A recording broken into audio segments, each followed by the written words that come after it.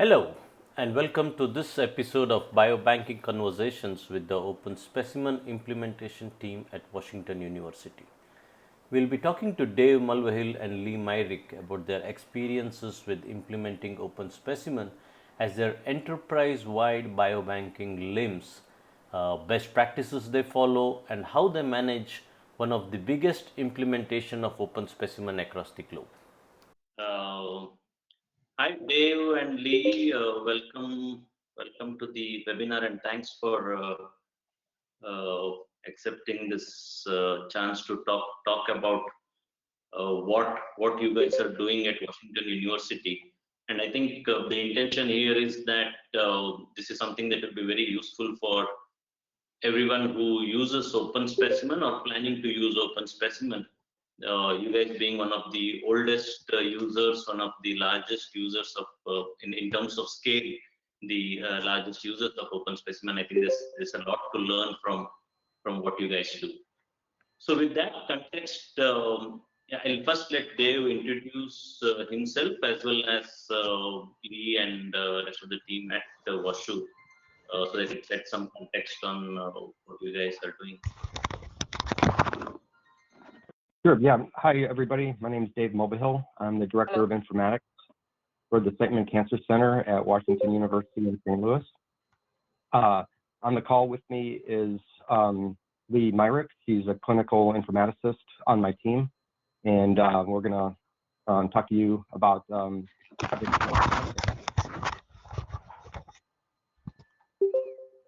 I'd like to ask everyone to mute their lines so that there's no disturbance on the call. Maybe, Dave, I'm going to just mute once everyone. It might also mute you. So just unmute yourself.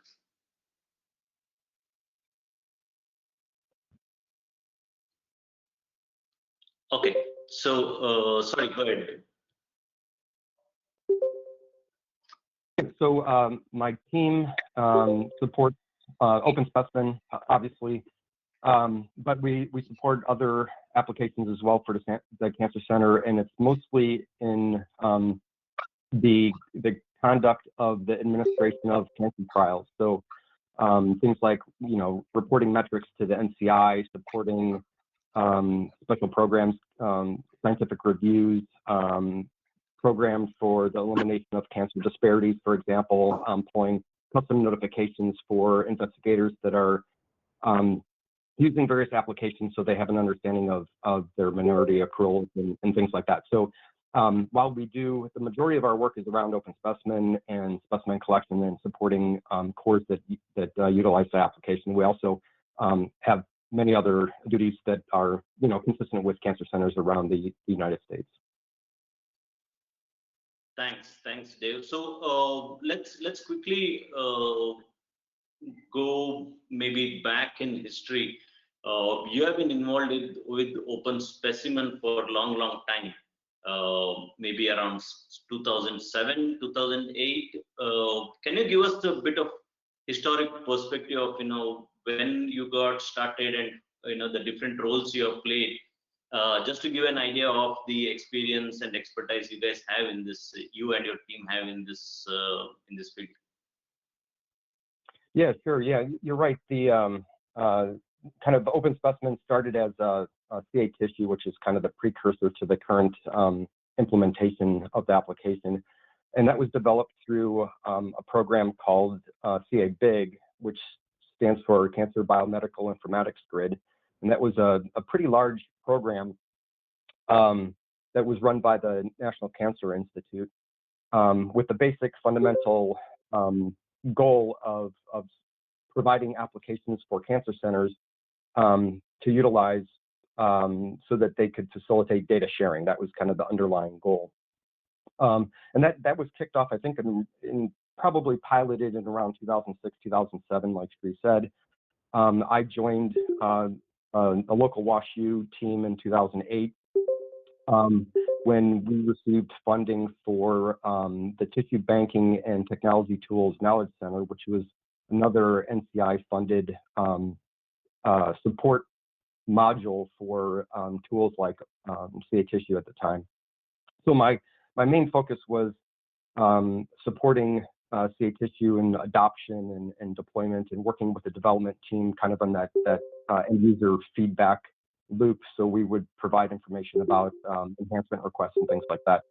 So pretty long history with its development and use, not only at Washington University, but several different institutions within the United States, and also global adoption. Yeah. So and then quickly moving on to switching context to the present, which is about what 13, 14 years since you got started on this effort. Can you give us an idea of scale of how big right now you guys are in terms of OpenSpecimen adoption, specifically at WashU? For example, how many groups use WashU or OpenSpecimen? I guess you guys have about, the last time I checked, which was about a year or so back, about 2 million plus specimens in OpenSpecimen. So just some insights on the current adoption of OpenSpecimen at WashU. Yeah, sure. It's sometimes when we look at that data and try to standardize that against what other institutions are calling groups or sites, it's sometimes difficult to get that measure. But from what we call individual groups at our institution that are using the application, we come up with around 30. So that could be plus or minus a handful, but on average it's about 30. I think what's kind of a better measure, at least for application use, is logins. So we kind of look at activity through the login log and see how much the application is being utilized as far as just logins. That's pretty basic. We're not looking at session detail or looking at what people are doing, but we average around 90 unique logins per month. And I actually went back and looked through 2020 and saw actually a dip. And I think everybody probably knows what happened with that. Some of our labs were kind of shut down for a period of time during 2020. But we're seeing between 90 and 100 unique logins, and that's pretty consistent across the years that we've been using it. We have, another hard thing to determine is the number of protocols. So if we just look in our instance of OpenSpecimen and just get a count of protocols, it's in the thousands, which sounds really good, but we know that not all those are active, right? So when we actually look at ones that we consider active, so that means that actual collections are happening or distributions are happening against those specimens, we're probably around 200 active protocols. And most of those are through one of the Srikanth Cancer Center's main cores for tissue procurement, which we'll talk about a little bit. But some of those are from various disease banks that we have as well, and they're just smaller in volume. When we look at specimens, so again, this number is, it depends on how you want to look at it. We're looking at all specimens. That's, parent specimens, derivatives, and aliquots. We're coming up with a number of greater than 3 million, and that's along the lines of what you're talking about, Sri. So a couple of years ago, we were, 2 point whatever million, and we just hit over that 3 million mark. So those are, that's a pretty good indication of the, actual objects that are stored in the database. And when we look at performance of the application, we see no, degradation, as that volume increases. So that's obviously a good thing. So that's a good time to bring in Lee in the discussion in terms of this large, even if you take the 30 groups that you talked about, 90 plus active users, how do you guys manage the operation in terms of, this is something that would be a lot of interest to others in terms of, say, things like training, bringing a new group on board, say if you have legacy data, migrating them, etc. So I know you won't be able to give the complete details in a minute or two, but just some highlights of how do you manage it? It seems like magic. So let me start out by talking about training new users. So most of the time users will email us directly, or they're directed by their labs or PIs to our training modules in a system called Learn at Work. Learn at Work houses all types of training for WashU Med School, from general HIPAA training to more specific departmental training. And we have 4 different types of OpenSpecimen training modules based on what role you'll have in the system.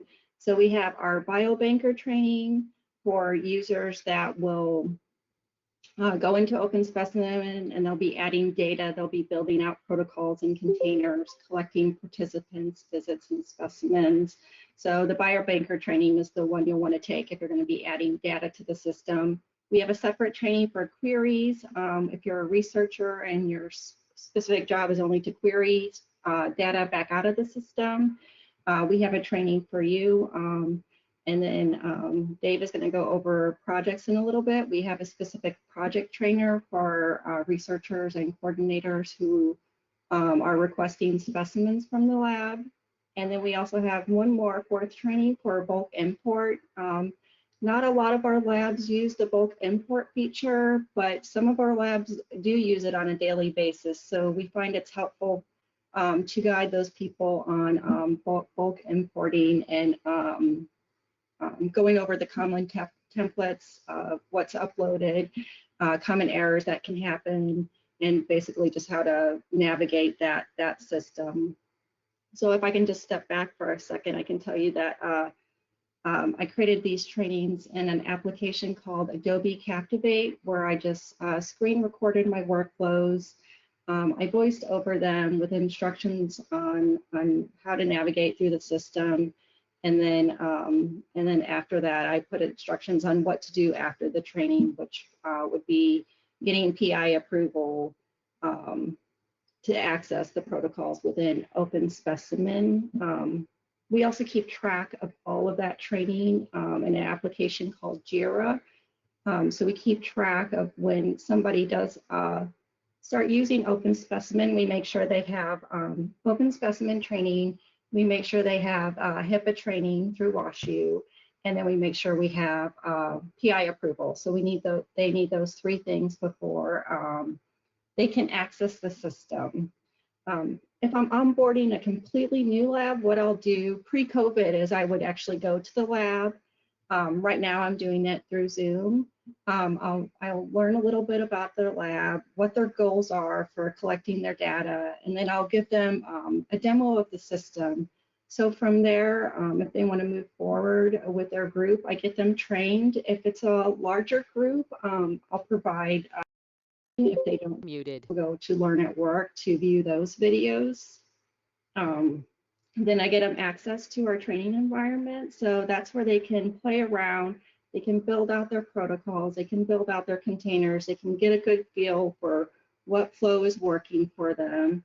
The labs do this themselves. So they are going in, they're building the protocols, they're building their containers. I give them guidance on best practices in the system, and I'm there to support them and answer any questions they may have. So from there, if everything looks good, they can export those protocol and container frameworks and upload them into production and start beginning using OpenSpecimen.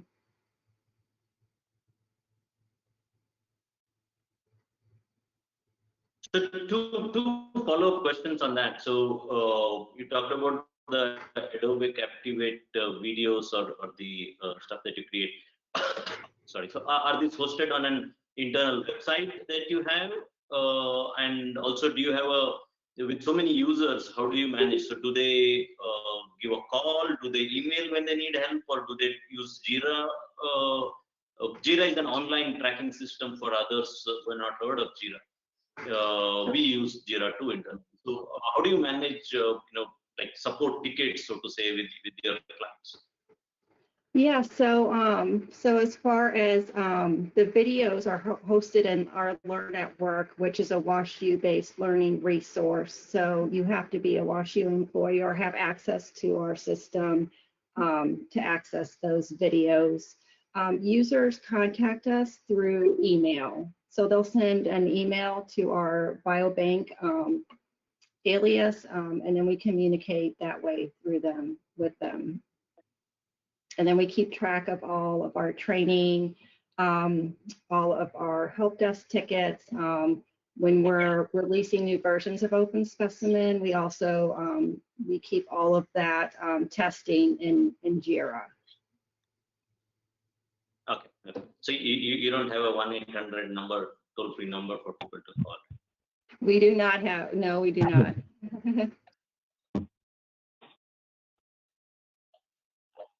Okay, so quickly moving on, two of the projects that I always found interesting was one is obviously the tissue procurement core, which probably is one of your biggest clients within WashU. And then is the Alliance project, which again is from what I know, I mean, it's not only a nationwide clinical trial, probably there are international collection sites too. Can you just explain, how TPC works, and also a bit of Alliance? Maybe we'll come to Alliance after that. Maybe we can start with TPC. What are their processes, and how big are they in terms of usage of OpenSpecimen?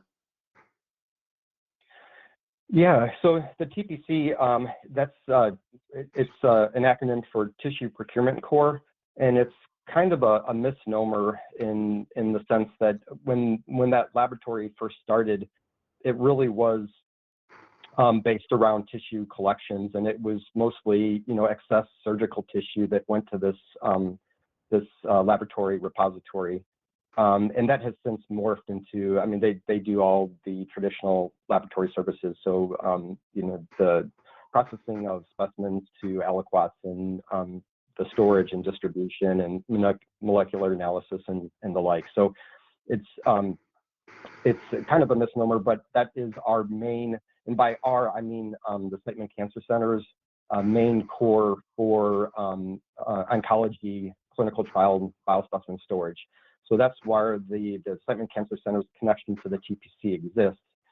They obviously do non-oncology as well, but they are a huge repository for local oncology protocols and collections. As far as the Alliance goes, the Alliance for oncology is it was kind of a collaboration or a merging of 3 large collaborative groups that existed that were funded through the NCI. So if any of you guys do any or had done any work with cancer research in probably the last 10 years, these names might be familiar, but it was the kind of the 3 big, the ACOSOG, the CalGB, and the NCCTG. And they were merged into this Alliance for Clinical Trials in Oncology, and they conduct and put together trials that are international in a sense. So it's the U.S. and Canada, and so they perform these trials, and any trials that have collections, specimen collections, they're sent to 2 primary biobanks. One is Washington University in St. Louis, and the other one is Ohio State University. So that's kind of the operations of the Alliance, and there's special applications that have been developed to facilitate the coordinator's collection of the specimens and the shipment of the biospecimens to these different banks.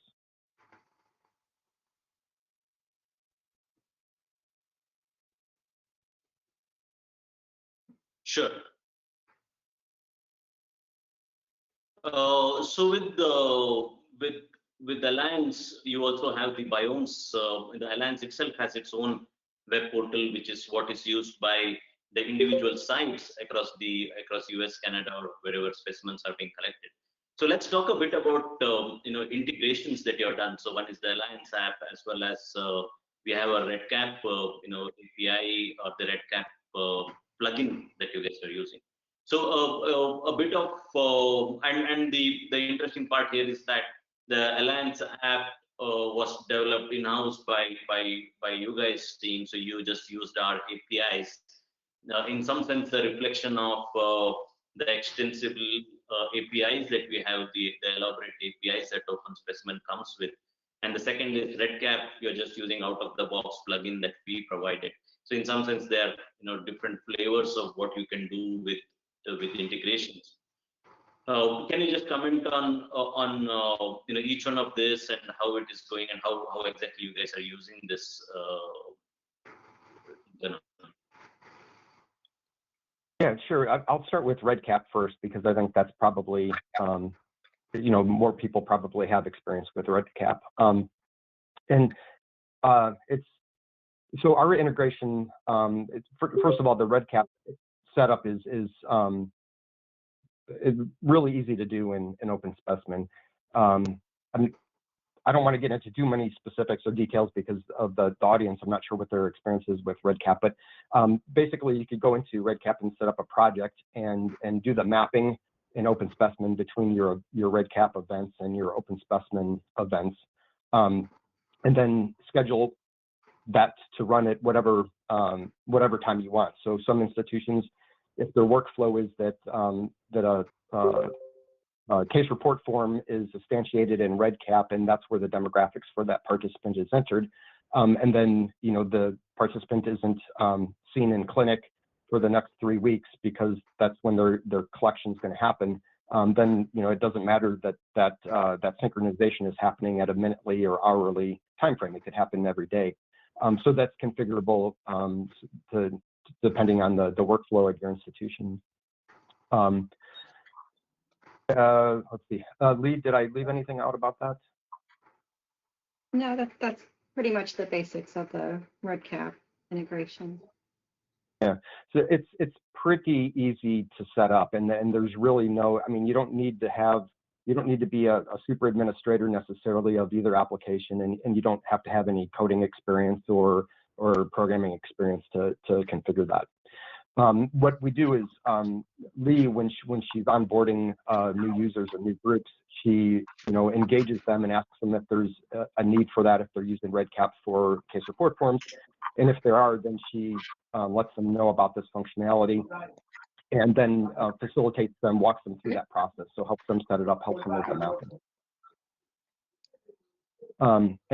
And we'll flip to the Biomes application. So Biomes is an acronym for Biospecimen Management System, and it was, again, created at Washington University in St. Louis as a custom application for specifically the Alliance trials.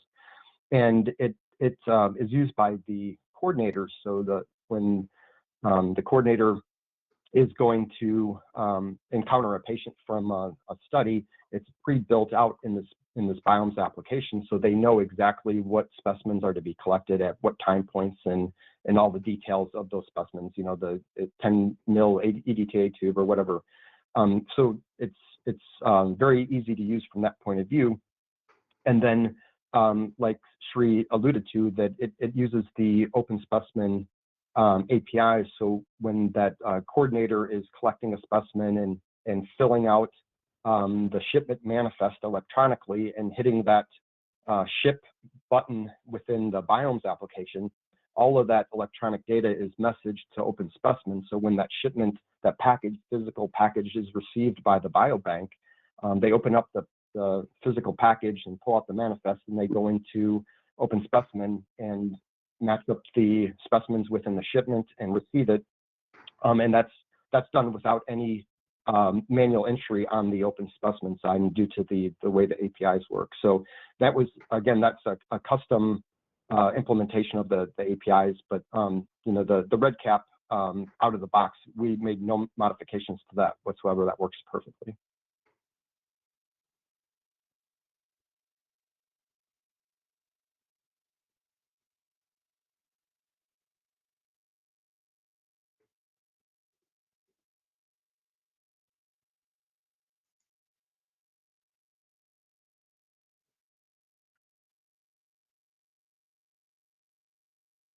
I'm not hearing anything. Lee, can you still hear me? I can hear you, yes. Okay. I think we lost Sri.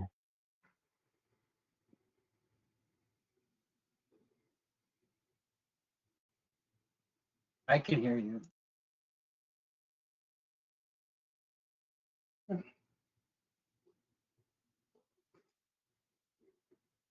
Okay, we'll give it a second, see if it catches up. It looks like his screen is video is jumping too.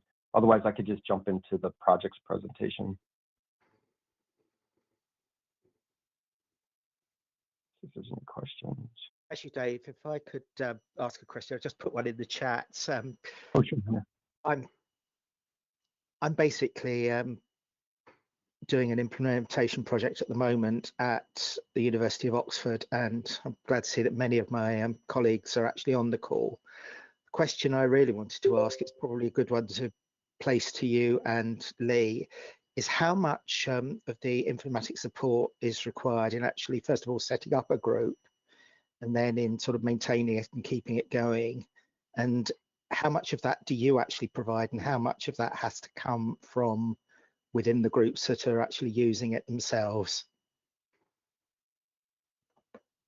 Sure. So I'll explain kind of our setup, and I know institutions are completely unique, and actually our environment at Washington University has changed. But I'll tell you the current implementation, and then you could ask me further questions if you need to. But basically, we have a centralized IT infrastructure that will allow us to utilize virtual environments, virtual machines in that infrastructure. So from the heavy lifting informatics portion of creating a server, creating a database, things like that, those are kind of procured services. So we ask our central IT group to spin up a Linux server for us for our production, our validation, and our test environment.